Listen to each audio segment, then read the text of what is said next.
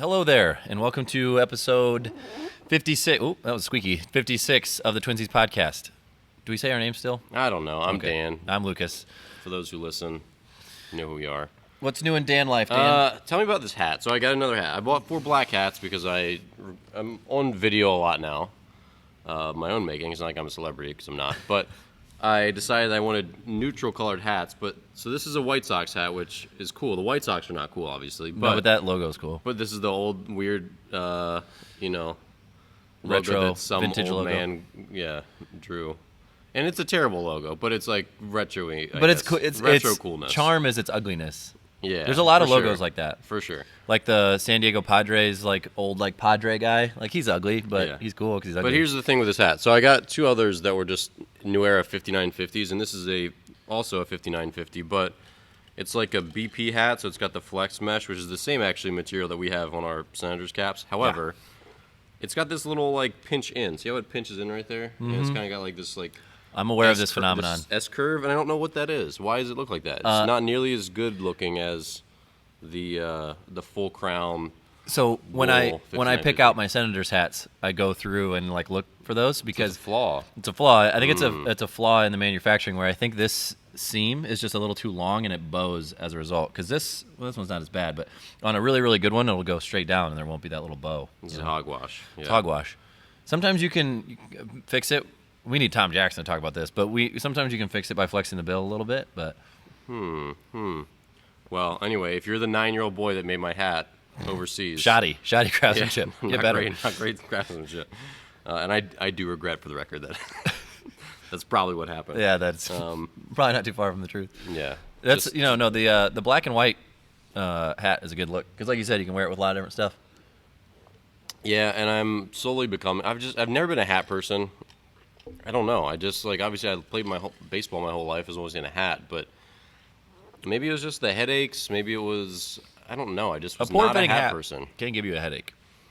Yeah, and I'm still between sizes. I'm a 7.5 fitted, but I'm not. I'm like a 7 3/8, but I'm really a 7 7/16. I am which is literally annoying, the exact same. Which is annoying. But the other thing is, again, not to knock New Era because they make cool hats, but the margin of error on a New Era fitted hat is pretty large. Like That's what I've heard. you get I've had a 7.5 that I can like stick a finger in, and I've had a 7.5 that will like squeeze my brain out of my ears. And it's like, it even lists on the tag. I think it's like 59.6 centimeters or something, but it's not that precise. Come on, guys. In fact, and that's why, because I used to be a huge. Were you trying to max out the levels? Not I used to really. be a big fan of like the straight fitted hat, but so it has like no give. But Flex Fit's great. flex fit is great. It is good. Some days your head feels fat. You you need that little stretch. Yeah, well, even in Flex Fit, I was between sizes, so I found a bunch of my old hats in the office that we're working on renovating for our podcast studio. And I have some fitted ones, Stay and I have tuned. Flex Fit ones, and even a lot of minor league, not minor league, but like a lot of the independent teams have gone to Flex Fit. So my Long Island Ducks hats were Flex Fit. And as I grabbed it, I'm like, oh, this is cool. Like it's not my favorite logo, but it's a whatever hat. But I had medium larges. I'm like, why did I have medium larges? Like that's not because this is the same company, Outdoor Cap, that makes those hats that also makes our hats for our Senators. And I wear a large XL coaching because it's like way more comfortable, but it feels slightly insecure. Whereas I played in a medium large because it just like felt like it was to your head. not going to fall off. I had to run and cover first base. And even that's like, it's like, God, like I'm between all the hat sizes, just first world problems. This was what Genghis Khan lamented about in his. I'm in the Tomes, same boat. Like I wear a medium. I conquer worlds, but I cannot find hat. I don't know if that's the accent that Genghis Khan would have. No, that was pitch perfect. That was him to a T. You're not one of the people that call him Genghis Khan. It's allegedly the correct pronunciation. Well, okay. So on my podcast last week, I had Rob Friedman, the pitching ninja, get us all those gifs. Is it gifs or gifs? GIFs. Okay, I say I say GIFs. GIFs. Everyone says GIFs and they freak out, but it's graphic interface format, right? Yeah. So I say GIF. I actually didn't officially ask him that, but I don't think he pronounced it GIFs. I think he pronounced it GIFs. So I have to go to the tape. It's but GIFs. I feel like GIFs is the way to go. Wait, why did you start talking about him? Because you talked about Genghis versus Jengus. Oh, yeah. Which immediately made me think about GIFs versus GIFs. I had started a thought, and I don't remember what it was. Plus, the peanut butter is JIF. So let's not make them both. Also, I hate. So my favorite peanut butter is Jif, crunchy, natural, but I hate saying the word Jif. I don't know what it is. Like Jif, I hate it. It's a bad word. It's a strange word. Why do you actually prefer the natural peanut butter? Oh, Compared to like the peanut butter, quote unquote, that we all grew up with. To be fair, it's been a very long time since I've had. Well, I prefer crunchy over creamy. It's been a very long time since I had the regular, and I would argue that if you do go regular, I remember liking Skippy more than Jif. God, there's that word again. I like Skippy. Another terrible word. Why are all the peanut butter companies terrible? I don't know. Peter Pan, that's that. Should we make our own peanut butter? Yeah. What should we make about? Badass peanut butter. Fuck you, peanut butter. Yeah. Sorry, that was not a clean podcast. I Yeah, apologize. we'll have to believe that. but maybe we can make our own private label and we'll sell just for Christmas. Yeah. Or just at Father's Day. Yeah, this isn't your daddy's peanut butter. This is peanut butter for badasses. It's just regular peanut butter relabeled. There's got to be a PB for BAs. We need to do that. That's a good business idea. Yeah. Are you tired of saying Jif and Skippy all the time? Oh man! Don't steal our idea. Fortunately, no Smuckers? one's listening. So All the peanut butter company names are weird. Peter Pan is like the only one that's not like a weird made-up word. That was probably Booker T. Smucker or something. I'm sure someone in the Smucker family had to be named Booker. Yeah. They're picking berries and making them into jams and became famous. There just had to be a Booker in the lineage. Dinner's ready, Booker. That's a old school name. That was we talked about that before. How I guess I've been to Arlington Cemetery twice in the last 4 years because you and I went, and then I went again last summer or the previous summer. And just going through Arlington Cemetery and seeing all the names on the headstones, you just that dude hasn't been alive in at least 200 years. Yeah. Just the difference in names is Mortimer. fascinating. Yeah, so in 70, 80 years from now, there's just going to be all the cemeteries going to be filled with Jakes and Katie's and the kids are going to be named like Madison's. Bebop. There's just tons of these people. There might be a kid named Skippy. It could be Skippy. There was an article on the Wall Street Journal, just one of those little silly sports ones, but it was like something about your football team. Like, it was talking about how on a football team now, there's like 6 to 7 Jakes per team. Like, they're just the name, really? like the Jake epidemic. Yeah, they'd have like number all their players. Well, remember a couple years ago at Illini Elite, there was a Maddie epidemic where like there's still literally millions of them. I mean, like 5 here at one time. With 100 girls, there might have been between 15 and 20 Maddies probably, and which I think is Madison's insane. a beautiful name. It's a great name, but that's probably we can't reason. all be Madison. But I mean, for that large of a sample, for that high of a percentage to be named Maddie, it was definitely a real phenomenon. Yeah, it was a lot. Maybe we should make. Maybe we should start making names categorized by like your intelligence level or your prowess of something. Like you don't earn your name until like age 5. Like you're a number at first. Yeah. And then so if you were super smart, maybe you could be named Booker. Yeah. You know, but if you're not, then you're gonna be named like Dwarf or Dan. something. Yeah.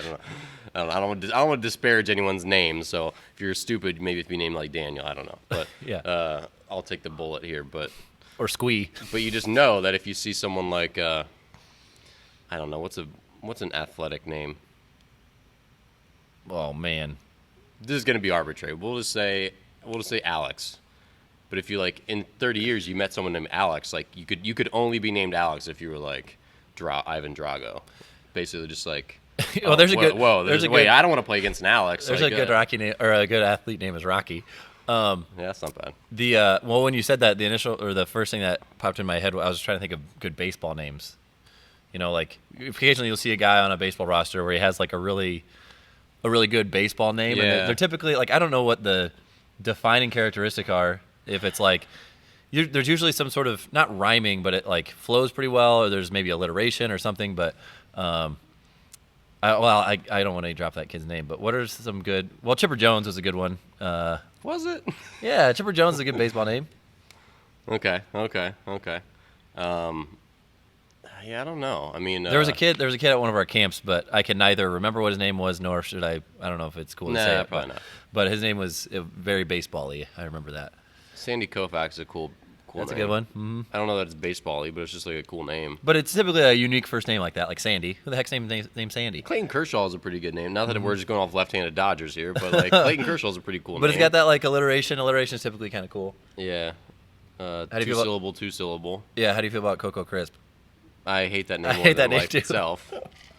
Put him in his own basket with, I don't know, like iced tea and corn pops. Dr. Kellogg. Yeah. I don't know. Meatloaf, obviously. Yeah. I don't know. I guess I'm running aground here, but Yep. Frankenstein, not a great baseball name. Nope. Not a good name for a lot of things, really. Yeah, Dracula, any of the monster names. Invisible Man, not a great baseball name. Not great. Speaking of which, the Yankees got trounced last night. So if you're a Yankees fan, suck on that, I guess. Yeah, that like it was a beatdown last night. I was actually thinking about that on the drive over here. How, because I was thinking of podcast topics we could do today, and I was just thinking about like how, I mean, all sports are like this, but I feel like baseball sometimes especially. So just like, I don't know if fickle's the right word, but just you had two games that were really close, and like the series, like this was going to be like a nitty gritty battle it out kind of series, and then 16-1. Like where in the heck's that come from? Like it's crazy. Yeah. I didn't watch the game. Did you watch it? Yeah, we watched from the fourth on, Connor and I, and we got there. It was 4-0, and then the lefty from their Cody Bellinger equivalent. What's his name?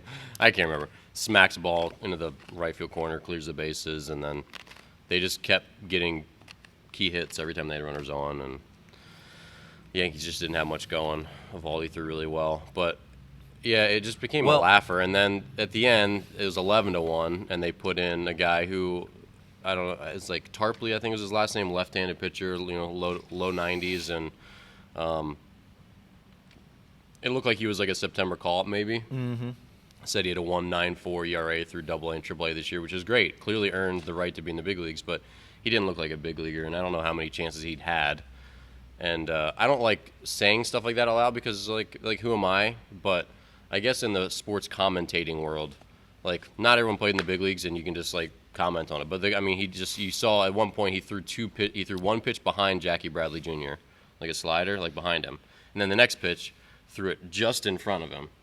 And you're like, oh God, this guy's like he's struggling. Yeah, and he was clearly like we were trying to figure out what kind of pitcher he was because he's obviously very successful, and it's not easy to be that successful at AA and AAA. Mm-hmm. And he's probably just like a guy who just pounds the corners of the plate and then just finishes with a slider off the plate. He had a decent curveball. He didn't show super well, but I'm sure he was very good normally. But it has to pitch with command, and he just was clearly looked nervous and uncomfortable, and then got down as he started not throwing very well, and guys were just smashing the ball. So, well, that was the other thing I was thinking about, because you and I have talked about that in the past, that one of our pet peeves is go to any local sports bar during like an NFL Sunday or playoff baseball, and you just hear these people like screaming at the TV, like, how do you not make that catch? Or like, why do you throw that pitch in that situation? And there's definitely like, you can't just sit there with zero analysis of the game, but also there's a certain amount of frustration where it's like, every single person in this bar right now, if we were to go in that situation, in whatever the error was or whatever, none of us would do it any better. Like it's literally 0% of the time. Yeah. But you also like, it's fun to, and that's why I enjoy like when we watch games or just watching with other baseball guys in general, where you can have a discourse of like, oh, that was an interesting pitch there, or like blah blah blah, blah. And you can analyze the game whilst acknowledging, I will never be as good as what these guys are doing right now. Yeah. And another good example was on Sunday, I don't know what day it is, but the Braves and Dodgers game where the Braves came back on 1-6-5. Obviously, the Braves have been eliminated at this point, but the Braves' young phenom Max Fried pitched, which I actually met Max and Lucas Giolito and Mike Montgomery when I went to California, 6 or 7 years ago to do a camp with Alan Jaeger, and he had all these young guys. There was a mental training and like long toss camp, and Lucas Giolito and Max Fried were teammates in high school. They were going into their senior year that year, and they were both going to be first round draft picks, which they were.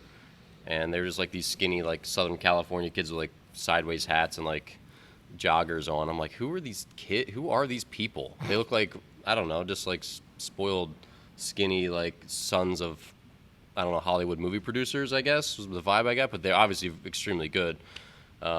And then Mike Montgomery was there too, and he was in his like second or third year in pro ball. He was starting to climb up a little bit, but it was just weird, and just like seeing him in the big leagues, like, oh, like I met that kid, but he's got a really good curveball. He's like a mid-90s lefty. I guess he can throw harder than that now, but he went to Max Muncy, curveball.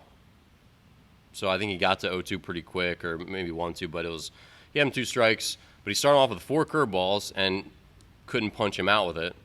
And then it's like, what are we doing now? And I'm like, I'm very interested to see how the rest of this bat plays out. They go high fastball, he misses way too high, doesn't swing. Then they go back to the curveball, and he hangs it and smashes it, home run. So it's like that sequence there, like no matter who you are, just like didn't make a lot of sense, because all right, if like he's got a phenomenal curveball, that's known, but if he believes Muncy can't hit it, like you've got to steal at least 1 strike early, probably with that curveball. You can't go 4 in a row because they habituate to it. They've seen it. It gets worse over time. Doesn't matter how good your curveball is, right? Yeah, and then just likelihood of what happening is like you throw 5 curveballs in a row. Are all 5 going to be? They kind of need to be better as they go along. They certainly can't get worse. So if you show them your best 3, and then you throw one that's not that good, then you hang one, they just destroy it. Like it gets easier if you throw a get me over, which I don't really advocate for that, but if it goes the other way, where it's like, oh, not a great one, but I stole a strike, then a better one, then my nastiest one, then you can get guys like that. But it just like that sequence didn't make sense. And again, he's like a successful, deserves to be in the big leagues pitcher, but like that sequence was clearly like didn't make a lot of sense. And that high fastball stuck out to me because like the catcher was like almost standing up when he set up for it. Yeah, he was. And I guess conventional wisdom is, or I don't even know if it's conventional wisdom anymore, but you throw that fastball up to then set up the curveball. But where he threw that was obviously not in a place where it was even close to bait any sort of swing, or really even just like getting the hitter to put any sort of thought into that pitch. And then of course he hung this curveball like at the top of the zone. So it was almost like he set him up to hit the hanging curveball. So that kind of stuff is like I said, if I'm on the mound, he takes me deep too, lots of times. Yeah, but and that sequence to me just like it just smelled like fear in a lot of ways, because he didn't want to go to his fastball after he'd thrown like a curveball or 2. Like he just did not want to give him a fastball. And then it's like, okay, we have to throw him a fastball now. I've thrown 4 in a row, so let's throw one. Let's try to elevate, but I really don't want to miss over the zone. And he was like not even close. And then he came back. Like the whole sequence just like didn't break down very well. And it just, again, he probably could have just pounded a fastball just like a little bit up, and maybe it sneaks by, because he did just see 4 pitches at 76 miles per hour. Like 96 is still going to look fast, but there was just like, it just seemed like they were afraid of his bat. Yeah. And when you play like that, it just, Muncy hung around long enough to get that hanging curveball, and he just did not. And it was up. It wasn't like middle of the zone. It was up. And I was like, man, way to chase. Because a lot of kids, like I don't know if that's an annoyance for me, and I hate the word pet peeve, so I'm going to say annoyance, but like kids complain a lot about pitches up that are called borderline strikes. It's like, especially off speed stuff. It's like, dude, don't complain about that pitch, just destroy it. Yeah. Like you see a curveball pop up and it's going to break just below your sternum and you're going to take it. So, and like, to give it. For some insight for listeners at home, as a hitter, specifically that curveball up is the most easily identifiable, because in order for it to break into the top of the zone like that, it's more visible out of the hand, so it kind of has a visible hump. So it's one of the pitches you identify the earliest, where you're like, oh, this is for sure a curveball. But the convention is to let that pitch go, and then you get a strike called on it, and you go, oh, well, you're bailing him out on that pitch. He hung that curveball, and you gave him a strike on it. Like that's baloney. When in reality, like you said, there's no reason why you don't just take a huge hack at that and like, which is exactly what he did, like you're saying. Yeah. He saw that pitch up and he was like, let's go. Because it probably would have even called the ball. Yeah, that pitch. I mean, I think on the pitch tracker, it crossed the plate at the very top border. Which, if that's obviously that's a curveball that's breaking down, and it still broke the plane of the strike zone at the very top. Like, that thing's like eye level coming down to chest level. So it was up there. But that was the right thing to do. I mean, if he takes that, all right, he's now 2-2, but he might get a heater on the corner. He might get a heater in. He might get another curveball down that he can't hit. It's like he did a really good job fighting off good curveballs that were down because the first 4 were good. He just like didn't have enough to punch him out. Yeah, and it was just. We talk about with our hitters a lot that basically, as a hitter, you're betting every pitch, and your bet is this is or is not the best pitch I'm going to see in this at bat, right? So, and for him to get that fastball comes up, and then he follows it up with that hanging curveball. In his head, he had to go, this is one I need to go at, which takes a little bit of cojones, I think, but he's absolutely smashed it. Well, and you're right. When that curveball goes up, when it's definitely like up in the zone, everyone, as soon as it leaves the hand, the catcher and the hitter are both like in slow motion, like, all right, I know this is a curveball. I'm waiting for it. Do I swing at it? Like, you're just waiting, like it's a beach ball. It's just a matter of like, and I think young kids, before they understand what they're looking for and what they're not, they see, oh, that's going to be a ball. And if it's like, that's a ball, then they're definitely not going to swing, or they're not going to have, like, I mean, your philosophy, I think like everyone else is, like, it's strike, strike, strike, swing, swing, swing until you don't swing, right? Whereas if you have the opposite, or you're like, oh, is that a striker ball? Then it's just too late, right? Right, yeah. And I think definitely at younger ages, I've had some of my better hitters have been, their eye for the strike zone is better than their level of play, which can bite you, where, because like I said, that same pitch, that same hanging curveball thrown at maybe like a junior high or high school level probably gets called for a ball just because it starts so high. An umpire probably goes, well, yikes, that's really high. That's for sure a ball. Yeah. And so like a lot of my hitters, I think, pass up on good pitches to hit just because they're like not mentally prepared, like not stuff in the heart of the zone or like mentally prepared to swing at it. Where, like, I mean, he was clearly well, and I think the early recognition of that pitch definitely helps out, but he was just like ready to go with that ball. Yeah, for sure. So what's today's topic? Oh, okay. So today's topic is we're already 20 minutes in, but yeah, we'll start the show eventually. Today's topic is physical activity as a form of punishment in athletics, and so basically in any sport, there's, either there are errors, or you do something you're not supposed to do, or you leave the equipment, or you're not putting stuff away. Basically, action that you want to punish people for. And then the common method of this is typically like running. Like all of us in our youth sport lives, or even beyond, somebody messes something up, the team's going to run. Or, for every free throw you miss, you have to run a suicide. Any of that kind of stuff. And it's funny because I'm curious to see where you fall. I'm kind of like a foot in each camp in terms of if the two camps are physical punishment as a punishment is bad, or physical activity as a punishment is good for some reason, and we can talk about the reasons perhaps why. And I don't know that I fall really in one side or the other, but is there a particular punishment that sticks out in your brain that you had to do in youth sport or in college or pros? For messing something up, either you or your team? Yeah, the only one that sticks out in my mind, because I mean I've always been a rule follower, and that's not to say I don't screw up, because I certainly do and did. But I think as a freshman in college, I forgot my practice shirt. Like I went from class directly to practice, and I just like thought I had my gray, heather gray shirt in my bag, but I didn't. So I ended up showing up to practice, and all I had was the green T-shirt that I wore to class. And I had to show up and practice in my green shirt, and coach didn't like hoo and haw about it. He just made me sit on the mound while the rest of the team ran laps around the field for 30 minutes. Mm-hmm. And I did not like that. No, and the upperclassmen scowled at me every time they passed, and it was not, especially as a freshman, it was not a fun experience, because you're like trying to be respected and like fit on the team. And well, and it's definitely one of those situations where I'm sure in that moment you were like, I'll do any Yeah. physical punishment. Yeah. I was let me have it. asking to like, no, let me run. He's like, And nope. he knew that you would be fine with any of that, so he said, everybody else is going to run while you do nothing. And that's some psychological mind game right there, where Yeah. and I know, like, for me, it was always basketball. We always messed something up. It was typically like in the game, so somebody didn't box out or somebody like didn't do their defensive switch the right way or whatever. And then there was this drill, I think it was called Carolina, where basically it was just a guy would do a layup.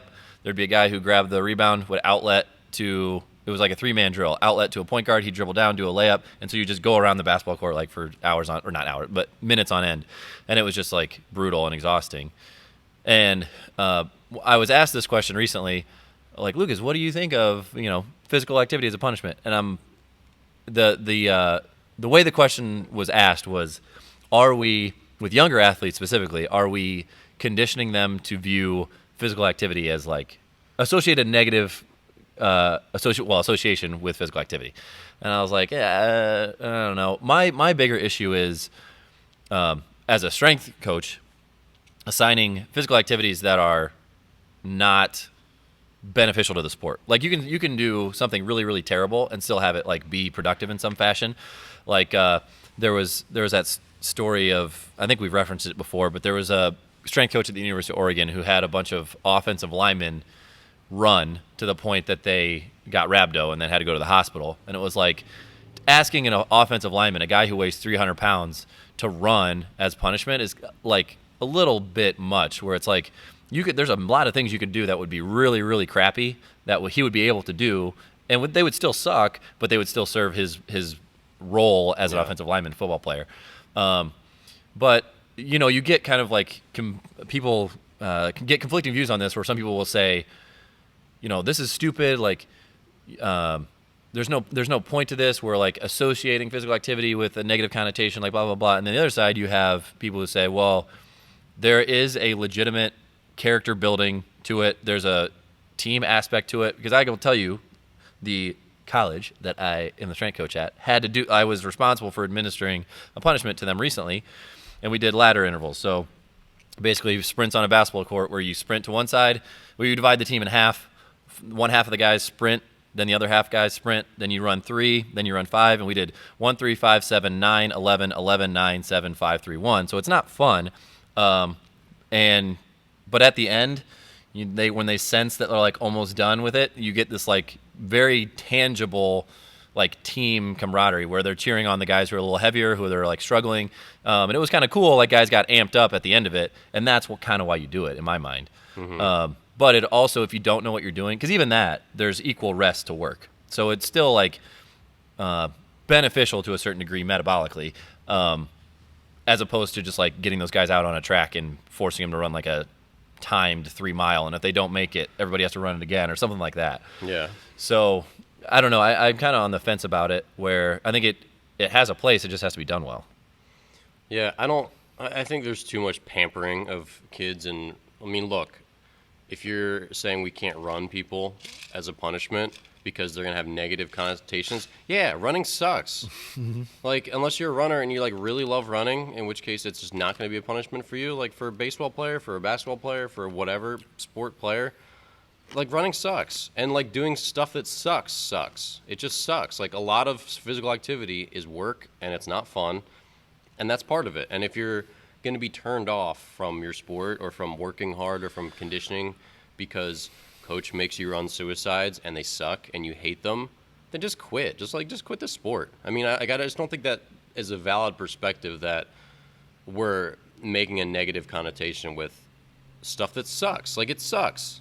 I don't know what else to really like say about it. I mean, there's stuff that I hated doing that I did because it helped me stay in the game. It helped me get where I wanted to go. It helped me have fun on the field. Like, most of practice is not that fun. I was not, like, I endured baseball practice for decades. Like, that's how I would describe it. I never liked pregame. I never liked practice, really. I just didn't. I mean, I don't know, because there's a stress of, like, for me, there's always a stress of, like, doing it well and, like, I was always stressed about the end, like, because in college, when we talked about this with our kids recently, in college, you have like 30 minutes of hard conditioning at the end of every workout, pretty much. And so practice for me was never fun because I knew at the end, I'm like, Right. it's almost like Sundays growing up. Yeah. Like Sundays suck because you have to go to church and then school's tomorrow. Yeah. It's like kind of ruins it. You can't enjoy your Sunday because you know what's happening on Monday. Yeah. So like if we ever had practices where we didn't have conditioning that day, it was just a much lighter mood and just much nicer in general. But it doesn't matter. Like conditioning is a part of the sport, and you do it. It's a bitter pill that you take. So I don't know what else they're. Yeah, and I would say, I guess a couple things. I would say doing really crappy things like that has value in that it kind of makes you appreciate when you're not doing those crappy things. So like you said, when you had a practice that you knew there wasn't conditioning at the end, you're like, oh man, this is great. Versus if you never have to do anything hard like that, it's just like you lose appreciation for like the recovery part of it, I think. And another part of it is like I said, that I think that there's a like a team building aspect to it, because we've done that at the end of our last couple practices with the Senators, where it's like we're all in this, we're all doing this really crappy thing together, and I think that that's beneficial to team chemistry. On top of this, as a coach, when people mess up, so they do an action that you don't want them to do again. So let's say they forgot the baseballs in the parking lot, and you don't want that to happen again. There has to be some, and this is getting into psychology, but there has to be some form of negative reinforcement, positive reinforcement. There's like those 4 categories of learning.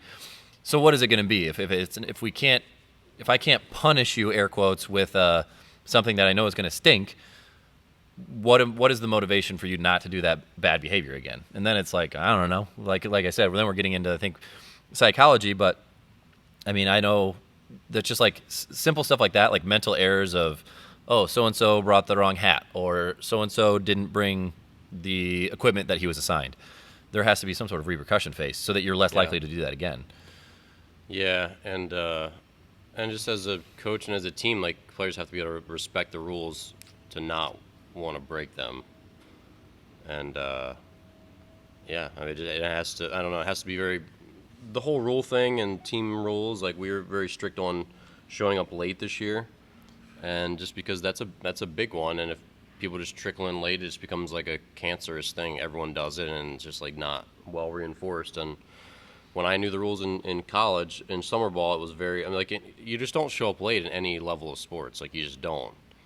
And especially in summer ball, they made it very clear. We played in the DC Beltway in Silver Spring, and traffic was a legitimate nightmare. Like if you left, you could leave one day, get there in 40 minutes from Baltimore. You could leave another day and get there in like close to 2 hours, just depending. It just was it just fluctuated heavily. And then getting home, the same thing. But there's no time frame getting home. But our coach is clear. He's like, look, I realize we're in D.C. I realize some of you live in D.C. or you live on the one side of the city or the other, and traffic is variable. He's like, I don't care. Everyone's subject to the same things. You're going to be held to this standard later. If you're late by even 1 minute to report time, you will not play that game, and you'll be suspended a game. So don't show up the next day. It was just very clear. He said, I don't care what the excuse is. It does not matter. You can call me and tell me you're going to be late, or it doesn't matter. You just know, even if it's not fair, you're going to be down that game and suspended a game. So no one showed up late. We just got there really early some days, and it was fine. We just like got more work in, or we just hung out, and like it was whatever. You just knew the deal, and that's I think a life lesson. But punctuality for me is a big thing, and obviously none of us are ever perfect about it, and sometimes just things happen. But like there's always consequences for it, or sometimes there's just consequences you can't get around, I guess. Yeah, and it just like my bigger thing is, that stuff's going to happen. There are going to be times that you're late, but then understanding that there's going to be repercussions for that lateness. Yeah. And like the worst thing in the world would be being late and then whining about how it wasn't your fault and you shouldn't have to do whatever this punishment is. Like that's the worst. Mm-hmm. Like if you're being late is never excusable, but it's more excusable when the person's late and they're like, okay, I messed up. There's no reason that it's anyone's fault but mine.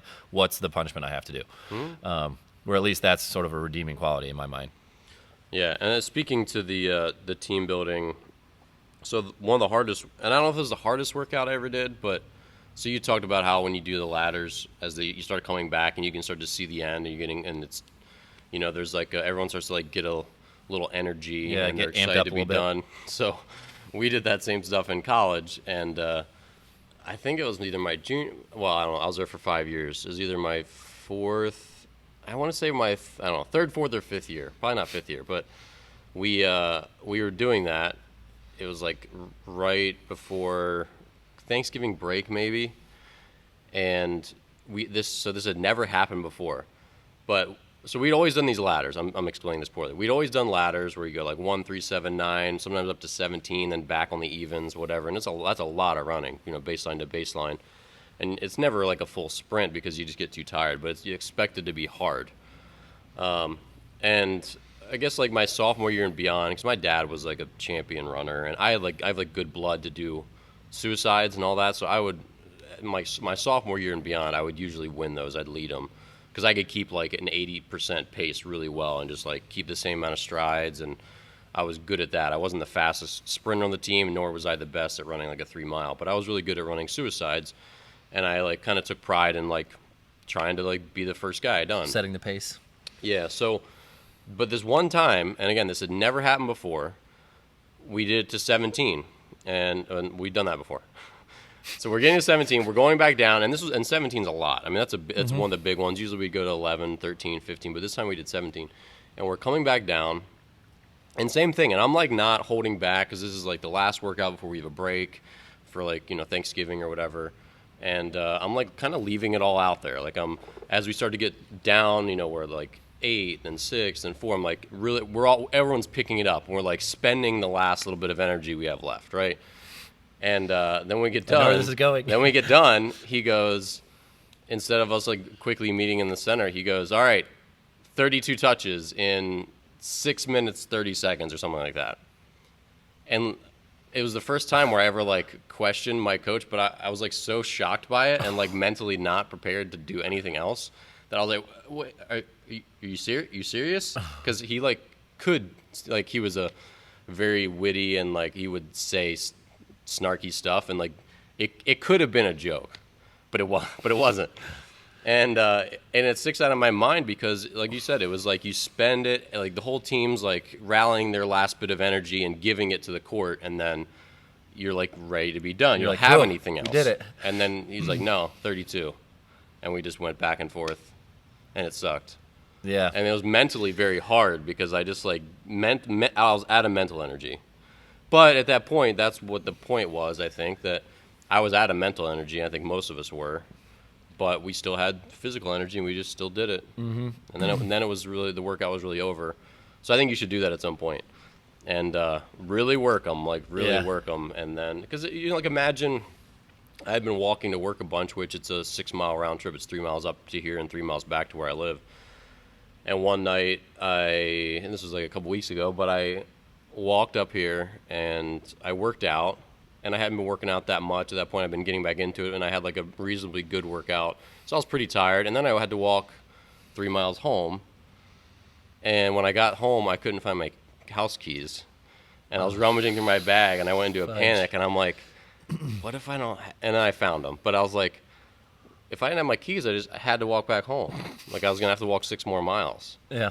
And it's stuff like that. You wonder, like, okay, well, say you like ran 10 miles and you get to your car and you're just like gassed, and then you just don't have your keys, or just like something happens, or like you're running with a partner and you're like 7 miles away, and then they break their ankle, and right. You have to like there's just like so many things you could potentially have to do when you're kind of at your wit's end, but you just have to you have to do it. Like if I had to walk 6 more miles home, I was like really tired and I hadn't eaten much, and I was like ready to like eat and like go to bed.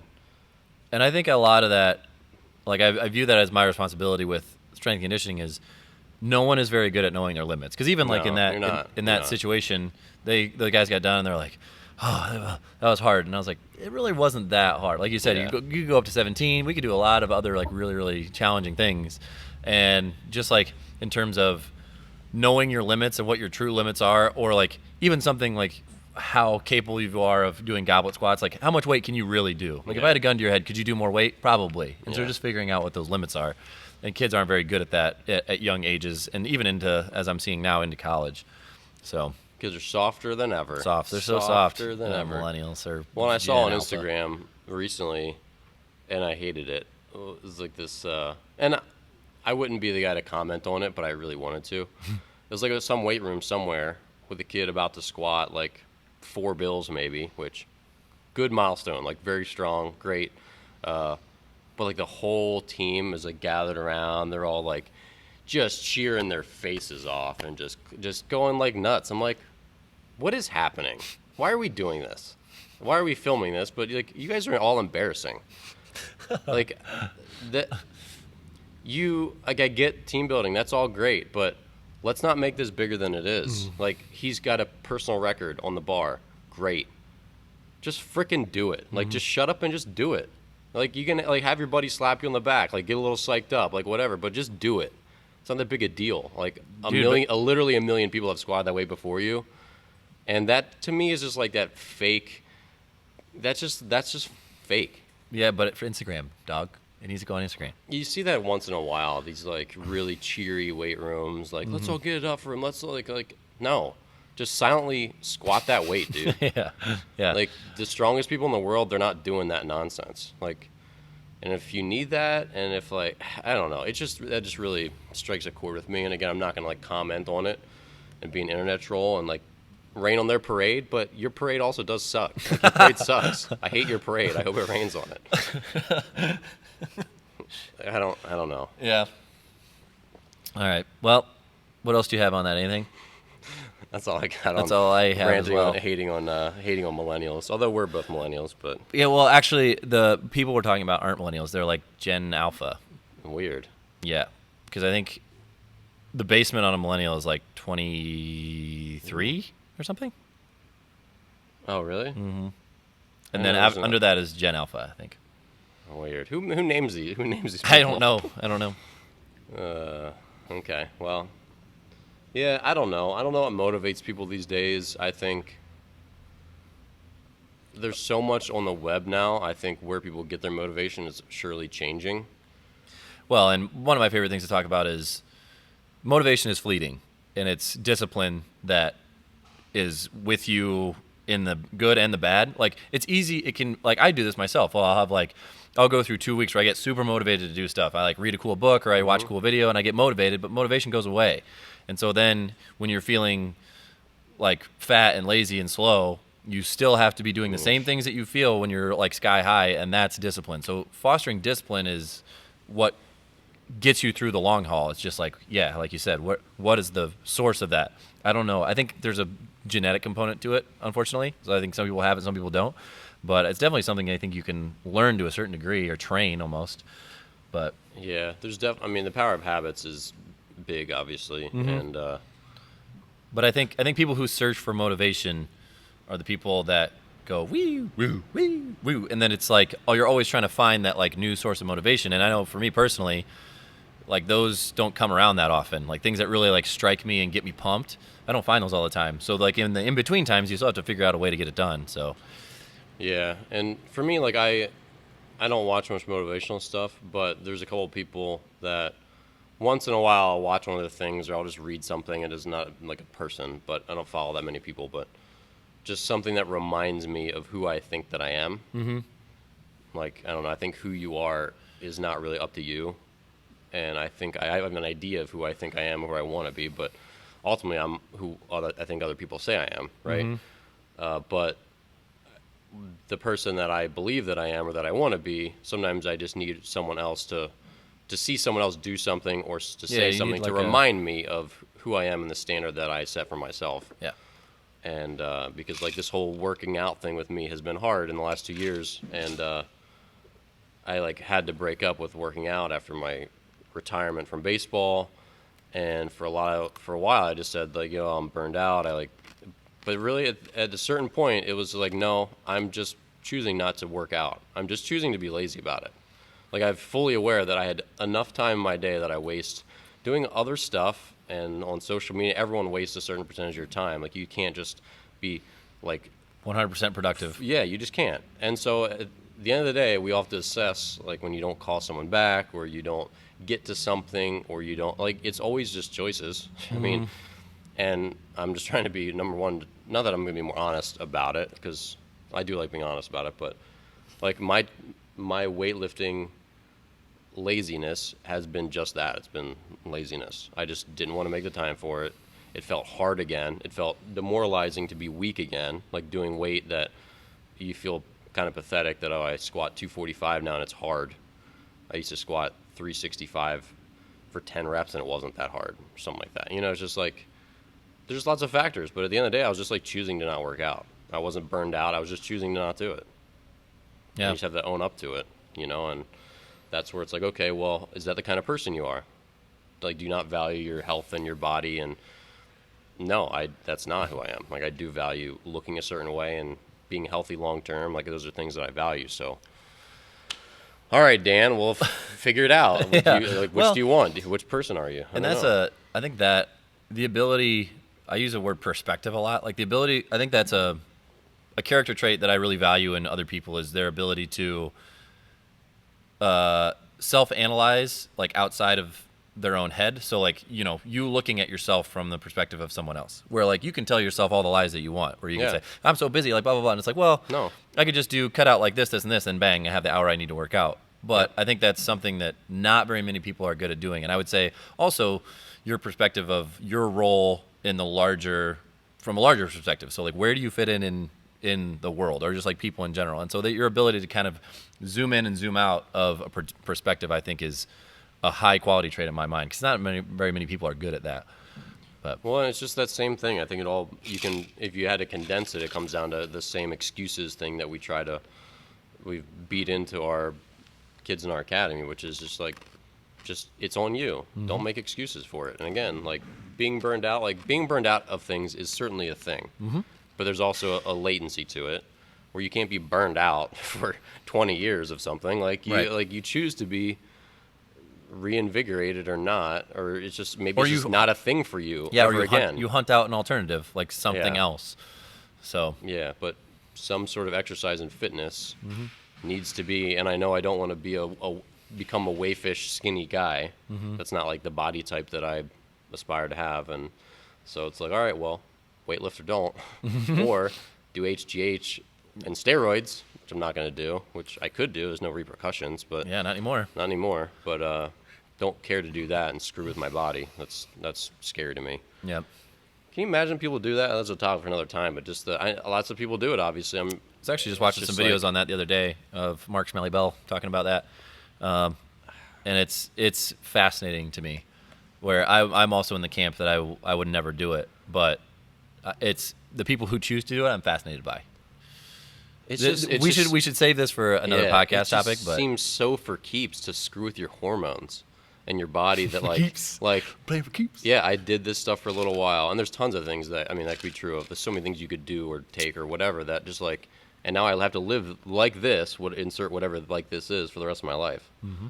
Like, I just don't function this way anymore, or this way anymore. That's terrifying to me. Yeah, and I think they all kind of do it knowing full well that they're probably chopping some years off the end of their life. Like, pretty full well. They don't really know that well the long-term benefits of steroids, but it can't be that good for you, just for those reasons that you're saying. Yeah, and for me, like, the end of my life stuff is not a deterrent. Like, I don't. That's so far ahead. Like, maybe, hopefully. Yeah, hopefully I'm not dead. But for me, the difference between 89 and 84, that's not like something that would like. No, I hope I'm dead. But the idea of me living, like, again, you can just use your imagination of all the possible negative male testosterone-oriented side effects, but like, that is something I absolutely do not like. I don't want to live in a way I don't want to live. If I die a little quicker, like, whatever. But like, I don't want to. I don't know, lots of things. So anyway. Well, okay, we'll save that for a podcast. We'll save that. Reasons you don't want to steroid. Or reasons I'd be curious to see what it'd be like. But it's a lot of shades of different colors. Yes. All right. So, well, that's it for episode 56. We'll catch you guys next time. Peace.